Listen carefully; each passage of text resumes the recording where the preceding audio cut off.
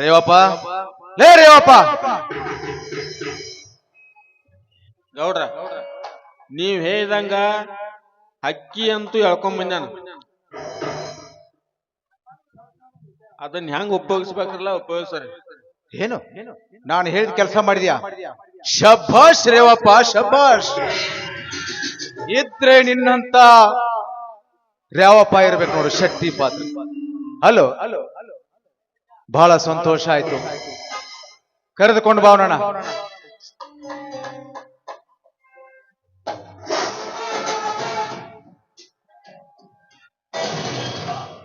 ಅಲ್ಲ ರೇವಪ್ಪ, ಈ ಕರೆದುಕೊಂಡು ಬಂದಿದ್ದಿಲ್ಲ, ಯಾರೋ ಇವನು? ಜನರ್, ಇವನು ಪ್ರವೀಣ್ ಅಂತ ಅನಾಥ.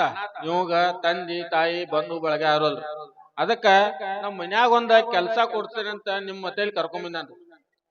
ಅದನ್ನ ಕೆಲ್ಸ ಕೊಡಿಸಿ ಅವಂಗೊಂದ ಉದ್ಯೋಗ ಐತಿ ಬಿಡ್ರಿ ಗೌಡ್ರ. ಏನು ರೇವಪ್ಪ, ಗೌಡ್ರ ಮನೆಗೆ ಬಂದೆವು, ಉದ್ಯೋಗ ಕೇಳಿದ್ರೆ ಕೇಳಿದವರಿಗೆ ಹೊಲ, ಕೇಳಿದವರಿಗೆ ತುತ್ತು ಅನ್ನ, ತಮಗೆ ಬೇಕಾದ ಸೌಕರ್ಯವನ್ನ ಗೌಡ್ರು ಯಾವತ್ತೂ ಇಲ್ಲ ಅಂತಂದಿಲ್ಲ.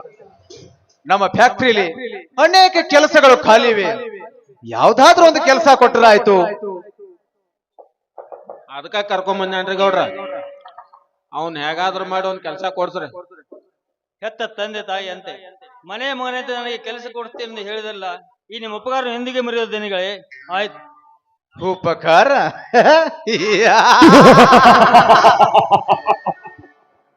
ಇಂದು ರಾತ್ರಿ 12 ಗಂಟೆಗೆ ನಿನಗೆ ಚೆನ್ನಾಗಿ ಊಟ ಮಾಡಿಸಿ ಕೆಂಗೇರಿ ಮೋರಿಯಲ್ಲಿ ನಿನ್ನ ಹೆಣ ಬೀಸಾಕಿ ಬರ್ತೀವಿ. ಆವಾಗ ಗೊತ್ತಾಗುತ್ತದೆ ಈ ಬೆರ್ಕಿ ಭದ್ರೇಗೌಡನ ಉಪಕಾರ ಹೇಗಿದೆ ಅಂತ.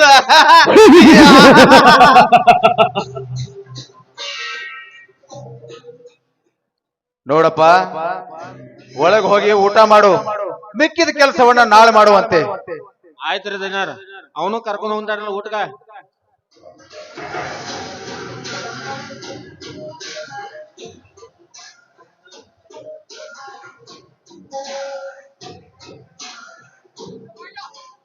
ಏ ಅನಾಥ ಪ್ರವೀಣ, ಸಮಯ ಸಾಧಿಸಿ ನನ್ನ ತಂಗಿಗೆ ಪ್ರೀತಿಯ ಹುಚ್ಚು ಹಿಡಿಸಿದನೇನು? ತುತ್ತು ಕೂಳಿಗಾಗಿ ಮತ್ತೊಬ್ಬರ ಮನೆ ಮುಂದೆ ಭಿಕ್ಷೆ ಬಿಡುವ ದರಿದ್ರ ಜಾತಿಯ ದರಿದ್ರ ನನ್ನ ಮಗನೇನು? ನನ್ನ ತಂಗಿ ತಂಟೆಗೆ ಬರ್ತೀಯ ಮಗನ? ಈ ತೋರಿಸ್ತೇನೆ, ಈ ಬೆರ್ಕಿ ಭದ್ರೇಗೌಡ ಯಾರು ಅಂತ ತೋರಿಸ್ತೇನೆ. ತೋ ಧನ್ಯಾರ, ನೀವು ಬಾ ಶಾನ್ಯಾರದಂತ ತಿಳ್ಕೊಂಡೇನು ಅಲ್ರಿ. ಬಲಿ ಕೊಡಾಕಂತ ಕರ್ಕೊಂಡ್ ಬಂದ ಮಗನ ಹೋಗಿ ಒಳಗ್ ಕುಣಿಸ್ ಊಟ ಕೊಡ್ಸಿ ಅವನ್ ಕಡೆ ಸಂಬಂಧ ಮಾಡವ್ರದಾರ ಹೆಣ್ಣು ಕೊಟ್ಟ. ಏ ರೇವಪ್ಪ, ಹಬ್ಬಕ್ಕೆ ತಂದ ಹರಕೆಯ ಕುರಿ ತಣ್ಣೀರ ಮೇಜೆ ತಂತು ಅಲ್ಲೋ. ಈಗ ಚೆನ್ನಾಗಿ ಊಟ ಮಾಡಿಸಿ ರಾತ್ರಿ 12 ಗಂಟೆಗೆ ಅವನಿಗೆ ಮಬ್ಬು ಬರುವ ಹಾಗೆ ಇಂಜೆಕ್ಷನ್ ಮಾಡಿ ಅವನನ್ನ ಓದು ಕೆಂಗೇರಿ ಮೋರಿಯಲ್ಲಿ ಬಿಸಾಕಿ ಬಿಡು. ಅಲ್ರಿ ಗೌಡ್ರ ಧನ್ಯಾರ, ಈ ಕಡೆ ನೋಡ್ರಿ. ಮುಂಜಾನಿಂದ ಸಾಯಂಕಾಲ ತಕ ಕಣ್ಣಾಗ ನಿದ್ದಿಲ್ಲ, ಹೊಟ್ಟಿ ಕೂಳಲ್ಲ, ಹುಡುಕ್ಯಾಡಿ ಕರ್ಕೊಂಡ್ ಬಂದದಕ್ಕ ಇದ ಏನ್ರಿ ನೀವು ಮಾಡೋದ ಅದ ಶಿಕ್ಷೆ? ಮತ್ತಿನ್ನ ಏನ್ ಮಾಡ್ಬೇಕಂತೀನೋ? ಏನ್ರಿ ಗೌಡ್ರ ನಿಮ್ಗೇನ್ ಹೇಳೋದ್ರಿ? ನಿಮ್ ಗೌಡಕ್ಕೆ ಗದ್ಲ ನಮಗಂತ ಯಾವ್ದು ಗುರ್ತಾಗಲ್ಲ ಬಿಡ್ರಿ. ಅಲ್ಲೋ, ಇವತ್ ರಾತ್ರಿ ಅವನು ಚೆನ್ನಾಗಿ ಊಟ ಮಾಡ್ಲಿ, ಆಮೇಲೆ ಮಬ್ಬು ಬರೋ ಇಂಜೆಕ್ಷನ್ ಅನ್ನ ಮಾಡಿ ಅವನನ್ನ ಹೊತ್ತುಕೊಂಡು ನನ್ನ ಜೀಪ್ ನಲ್ಲಿ ಹೋದು ಅವನ ಕೆಂಗೇರಿ ಮೋರಿಯಲ್ಲಿ ಬಿಸಾಕಿ ಬಂದ್ಬಿಡೋಣ. ಆವಾಗ ಈ ಬದ್ರಿಗೌಡ ಯಾರು ಅಂತ ಅವನಿಗೆ ಚೆನ್ನಾಗಿ ಗೊತ್ತಾಗ್ತದ. ಬಾ, ಮುಂದೆ ಅನೇಕ ಕೆಲಸ ಪೆಂಡಿಂಗ್ ಇದೆ, ಮುಂದಿನ ಕೆಲಸ ಮಾಡೋಣ.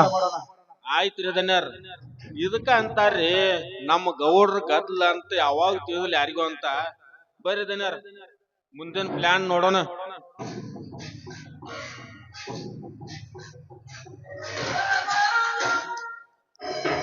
ಹುಟ್ಟೋ ಸೂರ್ಯನ ದಿಕ್ಕ ಬದಲಾಗಬಹುದು, ತಿರುಗೋ ಭೂಮಿ ಚಲನೆ ನಿಂತು ಹೋಗ್ಬಹುದು, ಆದ್ರ ಈ ಬೆರಕಿ ಭದ್ರೇಗೌಡನ ಸೇಡ ಬದಲಾಗಲ್ಲ.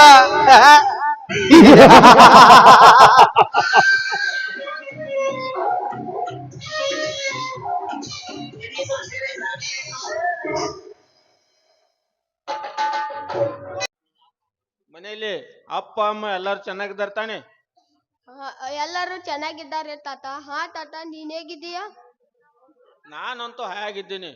ಅದರಲ್ಲಿ ಪುಟ ಶಾಲೆಯಲ್ಲಿ ಚೆನ್ನಾಗಿ ಓದಿ ಅಪ್ಪ ಅಮ್ಮನ ಹೆಸರು ತರಬೇಕು ಪುಟ. ಆಯ್ತು ತಾತ. ಪುಟ, ಎಷ್ಟನೇ ತರಗತಿ ಓದ್ತಾ ಇದೀಯಾ? 5ನೇ ತರಗತಿ ಓದ್ತಾ ಇದ್ದೀನಿ. ಪುಟ, ಈ ಡಬ್ಬಿಯಲ್ಲಿ ಏನಿದೆ? ಅನ್ನ ಮೊಸರು ಇದೆ ತಾತ. ಬರೀ ಅನ್ನ ಮೊಸರನೇ? ನಿನಗೋಸ್ಕರ ನಾ ಏನ್ ತಂದಿದ್ದೀನಿ ಗೊತ್ತಾ?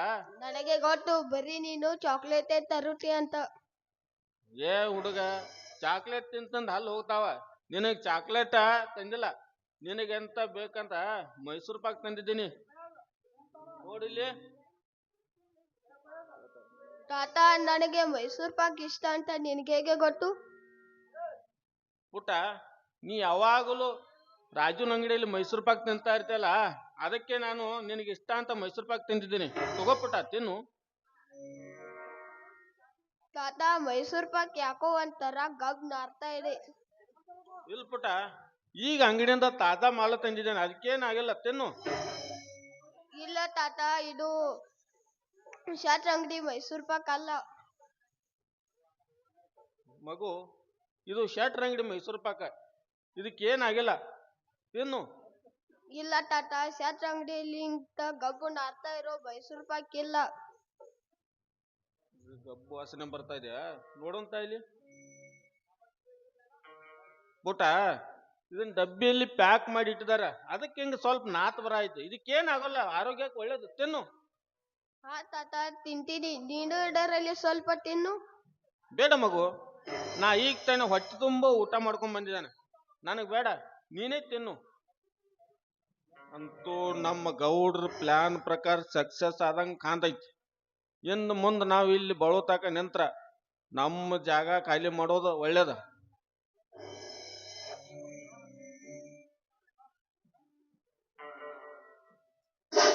ಕರ್ನಿಲ್ಲದ ಕಟ್ಕಣ ಮಕ್ಕಳ, ಲೇ ಕರ್ನಿಲ್ಲದ ಕಟ್ಕಣ ಮಕ್ಕಳ, ನನಗೆ ಕೆಲಸಕ್ಕೆ ಕೊಡಿಸುತ್ತೇನೆ ಆಸೆ ಹೆಚ್ಚಿ ಮನೆಗೆ ಕರೆಸಿಕೊಂಡು ಹೋಗಿ ಹೊಟ್ಟೆ ತುಂಬ ಊಟ ಮಾಡಿಸಿ ರಾತ್ರಿ ಮಲಗಿದ ಮೇಲೆ ಮಬ್ಬಿನ ಇಂಜೆಕ್ಷನ್ ಮಾಡಿ ನನ್ನನ್ನು ಕೆಂಗೇರಿ ಮೋರಲ್ಲಿ ಬಿಸಾಕಬೇಕಂದು ಹೊಂಚು ಹಾಕಿದ್ರಲ್ಲೇ ಹಲ್ಕ ಸೋಳೆ ಮಕ್ಕಳ. ನಿಮ್ಮನ್ನು ಹೀಗೆ ಬಿಟ್ರಿ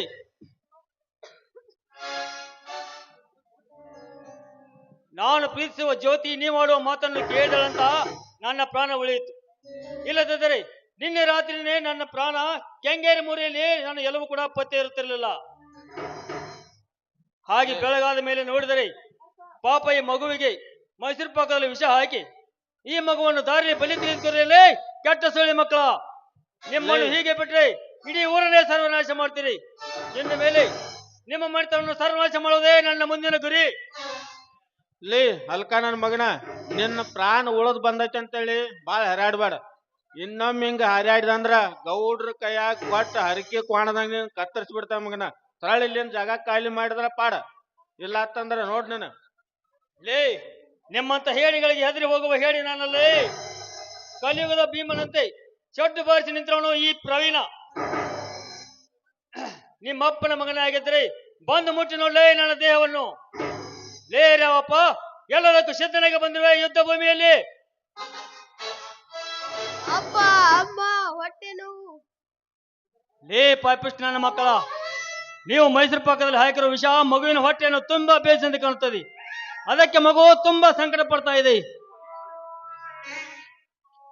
ಪುಟ, ಏನಾಗ್ತಾ ಇದೆ ಅಂತ ನಿಜ ಹೇಳು ಪುಟ, ನಿನಗೇನು ಆಗೋದಿಲ್ಲ. ಹೊಟ್ಟೆ ತುಂಬಾ ನೋಯ್ತಾ ಇದೆ, ಕಣ್ಣಿಗೆ ಕಟ್ಟಲು ಕಾಣಿಸ್ತಾ ಇದೆ, ವಾಂತಿ ಕೂಡ ಬಂದಂಗ ಆಗ್ತಾ ಇದೆ. ಅಯ್ಯೋ ಅಮ್ಮ. ಪುಟ, ನೀನೇನು ಭಯ ಪಡಬೇಡ, ಎಲ್ಲ ಸರಿ ಹೋಗುತ್ತೆ, ಸಮಾಧಾನ ಮಾಡ್ಕೋ. ಅಯ್ಯೋ ಉಸಿರು ಕಟ್ಟಾಡಂಗ ಆಗ್ತಾ ಇದೆ, ನಾನಿನ್ನು ಬಡ್ಕಲಾರೆ. ಅಯ್ಯೋ ನಾವಿನ್ನಿಲ್ಲಿ ಬಳೋತಕ ಇದ್ರ ನಮ್ಮ ಬಾಳೆ ಪಾಡ ಅವಂಗ ಕಾಣಲ್ಲ. ನಾವ್ ಇಲ್ಲಿನ ಜಾಗ ಖಾಲಿ ಮಾಡೋದು ಪಾಡ. ಪುಟ, ಯಾರಪ್ಪ ನೀನು? ನಿನ್ನ ಹೆಸರೇನು? ನಾನು ಸೋಮಶೇಖರನ ಮಗ. ಪುಟ, ನಿಮ್ಮ ಮನೆ ಎಲ್ಲಿದೆ? ನಿಮ್ಮ ಊರು ಯಾವುದು? ಇದೇ ಊರು, ನಮ್ಮ ಮನೆ ಈ ಕಡೆ ಇದೆ ಅಂಕಲ್.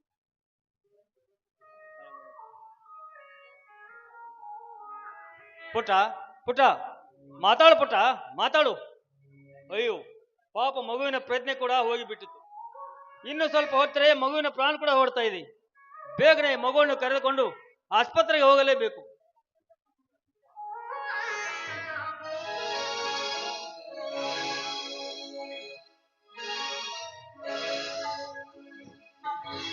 ನೀ ಕೊಟ್ಟ ಪ್ರಾಣವೊಂದು ನಿನಗಾಗಿ ನೀಡುವಾಗ ನಾ ಕಾಣದ ಆನಂದವೋ. ನೀ ಕೊಟ್ಟ ಪ್ರಾಣವೊಂದು ನಿನಗಾಗಿ ನೀಡುವಾಗ ನಾ ಕಾಣದ ಆನಂದವೋ. ನೂರಾರು ಜನ್ಮದಲ್ಲೂ ಲೇ ಹಾಡು ಲಾಲಿ ಹಾಡೆ ಲಾಲೆಂದು ಕೇಳಬೇಕು, ಸಂತೋಷ ಹೊಂದಬೇಕು.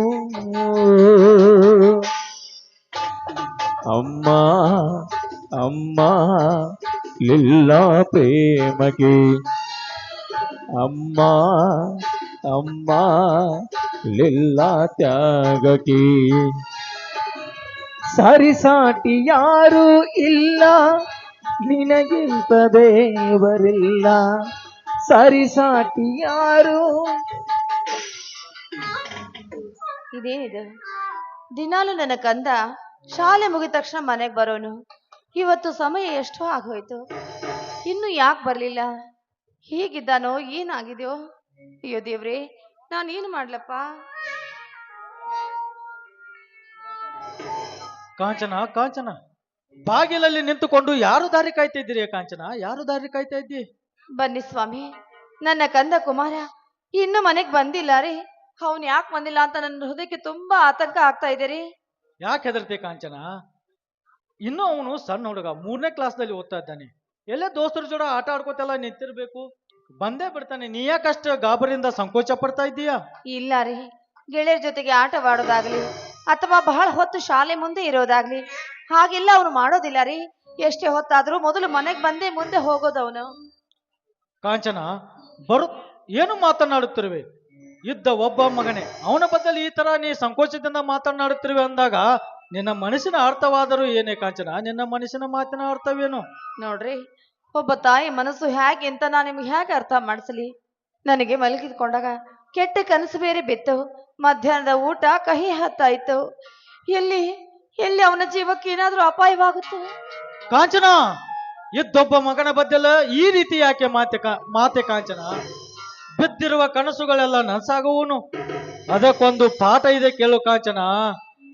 ತಿರುಕ ಧರ್ಮಶಾಲೆಯಲ್ಲಿ ಮಲಗಿದನಂತೆ. ಅವನಿಗೊಂದು ಕನಸು ಬಿತ್ತಂತೆ. ಅವನು ರಾಜ್ಯದಾದನಂತೆ. ವಜ್ರ ವೈದೂರ್ಯದಿಂದ ಮಹಾರಾಣಿಗಳ ಜೊತೆ ತಿರುಗಾಡಿದನಂತೆ. ಆ ಎಲ್ಲ ಸುಖವನ್ನ ನೋಡಿ ಸಂತೋಷ ಪಡುವುದರೊಳಗಾಗಿ ಹೊಳ್ಳೆ ಆ ತಿರುಕ ಎಚ್ಚರ ಆದಾಗ ಮತ್ತೆ ಆ ಧರ್ಮ ಮೂರ್ಖಶಾಲೆ ಇದ್ದನಂತೆ ಕಾಂಚನ. ಆ ಧರ್ಮ ಮೂರ್ಖಶಾಲೆ ಇದ್ದನಂತೆ. ನೀನು ಈ ಕನಸಿಗಾಗಿ ಯಾಕೆ ಇಷ್ಟು ವ್ಯಥೆ ಪಡ್ತೀಯ ಕಾಂಚನ?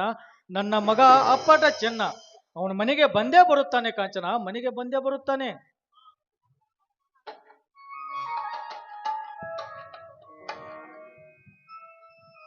ಅಮ್ಮ ಅಮ್ಮ ಅಮ್ಮ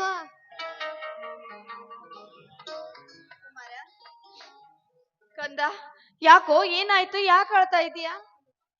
ಕುಮಾರ, ಯಾಕೋ ನಿನ್ನ ಮೈ ಎಲ್ಲ ಒದೆ ಆಗಿದೆ, ಜೊತೆಗೆ ಸ್ಕೂಲ್ ಬ್ಯಾಗೂ ಇಲ್ಲ. ಯಾಕೋ ಏನಾಯಿತು? ಒಬ್ಬ ತಾತ ಬಂದಿದ್ದ, ನನಗೆ ಮೈಸೂರು ಪಾಕ್ ಕೊಟ್ಟ. ಅದನ್ನು ತಿಂತಾ ಇಡೇ ಅಷ್ಟರಲ್ಲಿ ಈ ಅಂಕಲ್ ಬಂದ್ರು. ಮುಂದೆ ಏನಾಯ್ತಪ್ಪ? ಮುಂದೆ ಏನಾಯ್ತು ಗೊತ್ತಿಲ್ಲ. ಅಷ್ಟರಲ್ಲಿ ತಲೆ ಸುತ್ತಿ ಕೆಳಗೆ ಬಿದ್ದು ಬಿಟ್ಟೆ. ಹ? ಎದ್ದು ನೋಡು ಅಷ್ಟರಲ್ಲಿ ಆಸ್ಪತ್ರೆಯಲ್ಲಿ ಇದ್ದೆ. ಅಯ್ಯೋ ಕಂದ. ಸರ್, ನನ್ನ ಮಗನಿಗೆ ಏನಾಯ್ತಂದು ನೀವಾದರೂ ಬಿಚ್ಚಿ ಹೇಳಿ ಸರ್, ನೀವಾದರೂ ಬಿಚ್ಚಿ ಹೇಳಿ. ಈ ಊರಿನ ಅಗರ್ಭ ಶ್ರೀಮಂತ ಭದ್ರೇಗೌಡನ ಮನೆಯಲ್ಲಿ ಕೆಲಸ ಮಾಡುವ PA ರಾವಪ್ಪ ಅಂತ ಮಗು ಶಾಲೆಗೆ ಹೋಗುವ ಸಮಯದಲ್ಲಿ ಮಗುವಿಗೆ ಮೈಸೂರು ಪಾಕದ ಆಸೆ ತೋರಿಸಿ ಆ ಮೈಸೂರು ಪಾಕದಲ್ಲಿ ವಿಷ ಹಾಕಿ ಮಗುವಿಗೆ ತಿನ್ನಲಿಕ್ಕೆ ಕೊಟ್ಟಿದ್ದ. ಅಷ್ಟರಲ್ಲಿ ನಾನು ಹೋಗಿ ಅದನ್ನು ಎಸೆದೊಗೆದು ಅಷ್ಟರಲ್ಲಿ ಮಗು ಪ್ರಜ್ಞೆ ತಪ್ಪಿ ಕೆಳಗೆ ಬಿದ್ದು ಬಿಡ್ತು. ನಂತರ ಮಗುವನ್ನು ಆಸ್ಪತ್ರೆಗೆ ಕರೆದುಕೊಂಡು ಹೋಗಿ ಡಾಕ್ಟರ್ಗಳು ಎಲ್ಲ ಚಿಕಿತ್ಸೆ ಪರಿಶೀಲಿಸಿ ಮಗುವಿನ ಪ್ರಾಣಕ್ಕೇನು ಅಪಾಯ ಇಲ್ಲ ಅಂತ ಹೇಳಿದ್ದಾರೆ. ಹೌದು ಸರ್. ಆ ಆ ಶ್ರೀಮಂತನಿಗೆ ನಾನು ಒಮ್ಮೆ ತಿರುಗಿ ಬಿದ್ದೇನೆಂಬುದನ್ನು ಮಾತನ್ನು ಕೇಳಿ ನನ್ನ ವಂಶದ ಕುಡಿಯನ್ನೇ ಬೆಳಗಿಸುವ ಈ ನನ್ನ ಕಂದನ ಮೇಲೆ ಸೇಡಿಗಾಗಿ ಸಿಡಿದದ್ದ ಆ ರೈತ. ನೀವು ನನ್ನ ಮಗನನ್ನು ಪ್ರಾಣವನ್ನ ಕಾಪಾಡಿದ್ದೀರಿ. ನಿಮಗೆ ಎಷ್ಟು ಕೃತಜ್ಞತೆ ಹೇಳಿದ್ರು ಸಾಲದು ಸರ್. ಹೌದಪ್ಪ, 5 ವರ್ಷಗಳ ಕಾಲ ಮದುವೆ ಆದ್ಮೇಲೆ ಮಕ್ಕಳೇ ಇಲ್ಲ, ಬಂಜೆ ಎಂಬ ಪಟ್ಟವನ್ನು ಕಟ್ಕೊಂಡಿದ್ದೆ. ಕಂಡ ದೇವರಿಗೆ ಕೈ ಮುಗಿದು ಹರಕೆ ಹೊತ್ತಾಗ ಹುಟ್ಟಿರುವ ಕಂದ ಈ ನನ್ನ ಮುದ್ದು ಕಂದ. ಅವನ ಪ್ರಾಣ ಕಾಪಾಡದ ನೀನು ನಿಜವಾಗ್ಲೂ ನಮ್ಮ ಪಾಲಿನ ದೇವರಪ್ಪ. ಅಣ್ಣ, ಏನ್ ಮಾಡ್ತಾ ಇದ್ದೀರಾ? ನೀವು ದೊಡ್ಡವರು, ನಾನು ಚಿಕ್ಕವನು. ಅಣ್ಣ ಎಂಬ ಮಾತನ್ನು ಕೇಳಿ ನನಗೆ ಬಹಳ ಸಂತೋಷವಾಯಿತು. ಯಾರ ಮಗನೋ ಏನು ನನಗೆ ಅಣ್ಣ ಎಂಬ ಮಾತನ್ನು ಮಾತನಾಡಿದ ಬಿಟ್ಟಿಯಲ್ಲ. ಚಿಕ್ಕ ವಯಸ್ಸಿನಲ್ಲಿ ಕಳೆದು ಹೋದ ತಮ್ಮ ನನಗೆ ಮತ್ತೆ ನೆನಪಿಗೆ ಬಂದಂತಾಯಿತು. ಅಣ್ಣ, ತಂದೆ ತಾಯಿ, ಅಣ್ಣ ತಮ್ಮ, ಬಂಧು ಬಳಗ ಅಂತ ಯಾರು ಗೊತ್ತಿಲ್ಲದೆ ಬೆಳೆದಿರುವ ನನ್ನನ್ನು ಯಾರ ಮಗನಪ್ಪ ಕೇಳಿದ್ರಿ ಎಂದು ಏನೆಂದು ಹೇಳಲಿ ಅಣ್ಣ? ನಾನು ಅನಾಥ ಪ್ರವೀಣ ಅಂತ. ಏನು ನೀನು ಅನಾಥ? ಇಷ್ಟು ದಿವಸ ಎಲ್ಲಿದ್ದೆ, ಹೇಗೆ ಬೆಳೆದೆ, ಏನು ನಿನ್ನ ಇತಿಹಾಸ? ಹೌದಣ್ಣ, ನಾನು ಒಬ್ಬ ಶುದ್ಧ ಅನಾಥ. ಹಾಗಾದರೆ ನೀನು ಎಲ್ಲಿದ್ದೆ, ಹೇಗೆ ಬೆಳೆದೆ, ಇಷ್ಟು ದಿವಸ ಎಲ್ಲಿದ್ದೆ? ಅಣ್ಣ, ಹೇಗೆಂದು ಹೇಳಣ್ಣ ಈ ಪ್ರವೀಣನ ನರಕದ ಜೀವನದ ಕಥೆಯನ್ನು?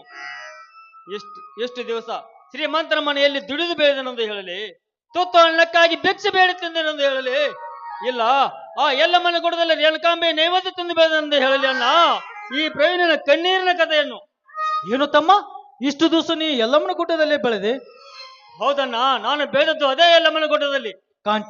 ಸ್ವಾಮಿ, ಹಾಗಾದ್ರೆ ನನ್ನ ಮೈದಿನ ಚಿಕ್ಕವನಿದ್ದಾಗ ಕಳೆದು ಹೋಗಿದ್ದು ಅದೇ ಎಲ್ಲಮ್ಮನ ಗುಡ್ಡದ ಜಾತ್ರೆಯಲ್ಲಿ ಅಂತ ಹೇಳಿದ್ರಲ್ವೇ?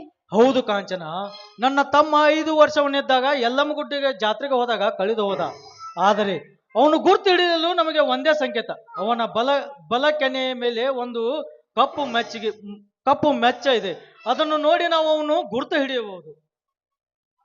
ಒಂದು ವೇಳೆ ಅವನು ನಮಗೆ ಸಿಕ್ಕಿದ್ದೆ ಆದ್ರೆ ಅವನ ಗುರ್ತು ಹಿಡಿಯೋ ಮಚ್ಚಿ ಯಾವುದಂದ್ರೆ? ಅದೇ ಹೇಳಿದ್ನಲ್ಲ ಕಾಂಚನ, ಅವನ ಬಲ ಕೆನ್ನೆಯ ಮೇಲೆ ಒಂದು ಕರಿದ ಮಚ್ಚೆ ಇದೆ.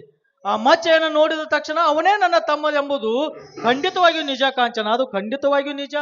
ಹೌದಾ? ಹಾಗಾದ್ರೆ ಬೇರೆ ಯಾರು ಇಲ್ಲ ರೀ, ಇವರೇ ನನ್ನ ಮೈದನ. ಅತ್ತಿಗೆ. ಹೌದು ರೀ ತಮ್ಮ. ಅಣ್ಣ, ಈ ಸಂತೋಷದ ಸಮಯವನ್ನು ಹೇಗೆ ವರ್ಣಿಸಲಿ ತಮ್ಮ? ಆ ಜ್ಯೋತಿಷ್ಯರು ಹೇಳಿದ ಹಾಗೆ ಎಷ್ಟೋ ದಿನಗಳ ನಂತರ ಬಂದು ನೀನು ನನ್ನ ಮನೆಯನ್ನು ಸೇರಿಬಿಟ್ಟೆ ಕಾಂಚನ. ಪ್ರತಿದಿನ ನೀನು 18 ವರ್ಷಗಳ ಕಾಲ ಆ ತಾಯಿಯನ್ನು ಪೂಜೆ ಮಾಡ್ತಿದ್ದೆ. ಸದಾ ಕಾಲ ನಾನು ನಿನ್ನನ್ನು ಬೇಯುತ್ತಿದ್ದೆ. ಇಷ್ಟು ವರ್ಷಕ್ಕಾದರೂ ಸಹ ನನ್ನ ತಮ್ಮ ನನಗೆ ಇನ್ನೂ ಸಿಕ್ಕಿಲ್ಲ ಅಂತ ನೀ ಹೇಳಿದ ಮಾತು ಇಂದು ಸತ್ಯವಾಯಿತು ತಮ್ಮ, ಸತ್ಯವಾಯಿತು ಕಾಂಚನ, ಸತ್ಯವಾಯಿತು. ಹೌದು ರೀ, ನನಗೂ ಹಾಗೆ ಅನಿಸ್ತಾ ಇದೆ. ಆ ತಾಯಿಯ ಕೃಪೆಯಿಂದ, ಅವಳ ಶಕ್ತಿಯಿಂದಾನೇ ಮರಳಿ ಮತ್ತೆ ನನ್ನ ಮೈದುನ ಈ ಮನೆಗೆ ಬರೋ ಹಾಗಾಯ್ತು. ನೀವಿಬ್ರು ಒಂದಾಗ್ಬೇಕು ಅಂತ ಭಗವಂತನ ಇಚ್ಛೆ ಕೂಡ ಆಗಿತ್ತು ಅನಿಸ್ತಾ ಇದೆ. ಅತ್ತಿಗೆ, ನಮ್ಮಿಬ್ಬರನ್ನ ಒಂದುಗೂಡಿಸೋಣ ಭಗವಂತನ ಅತ್ತಿಗೆ. ಸಾಕ್ಷಾತ್ ತೆರಿಗೆ ದೇವರಾಗಿ ಇಳಿದು ಬಂದ ನಮ್ಮ ಕುಮಾರ ನಮ್ಮಿಬ್ಬರನ್ನ ಅಣ್ಣ ತಮ್ಮಂದನ್ನು ಒಂದುಗೂಡಿಸೋ ನಮ್ಮ ಮುದ್ದಿನ ಮಗ ಕುಮಾರ ಅತ್ತಿಗೆ.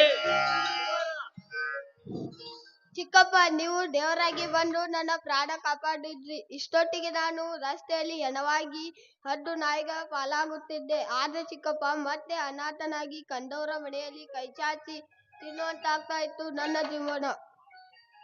ಆದ್ರೆ ಎಂಬ ಮಾತಕ್ಕಪ್ಪ ಕುಮಾರ. ಚಿಕ್ಕಪ್ಪ ಇಂದಿನಿಂದ ನೀನು ಈ ಬಂದ ಶ್ರೀಮಂತ ಭದ್ರೇಗೌಡನನ್ನ ದಬ್ಬಾಯಿಕೆ ಮೆಟ್ಟಿ ಹಾಕಿ ಈ ಊರಿಗೆ ನೀನೇ ಪುಂಡಹುಲಿಯಾಗಿ ಮೆರೆಯಬೇಕೆಂಬುದೇ ನನ್ನ ಆಸೆ ಚಿಕ್ಕಪ್ಪ. ಆಯ್ತು ಕುಮಾರ. ಶ್ರೀಮಂತರ ದರ್ಪಕ್ಕೆ ಸಿಡಿದದ್ದ ಬಡವನಿಗೆ ನಿಂತೆ, ಆದ್ರೆ ಅದಕ್ಕೂ ಬಗಲಿಲ್ಲ ಬಂಡ ಶ್ರೀಮಂತ.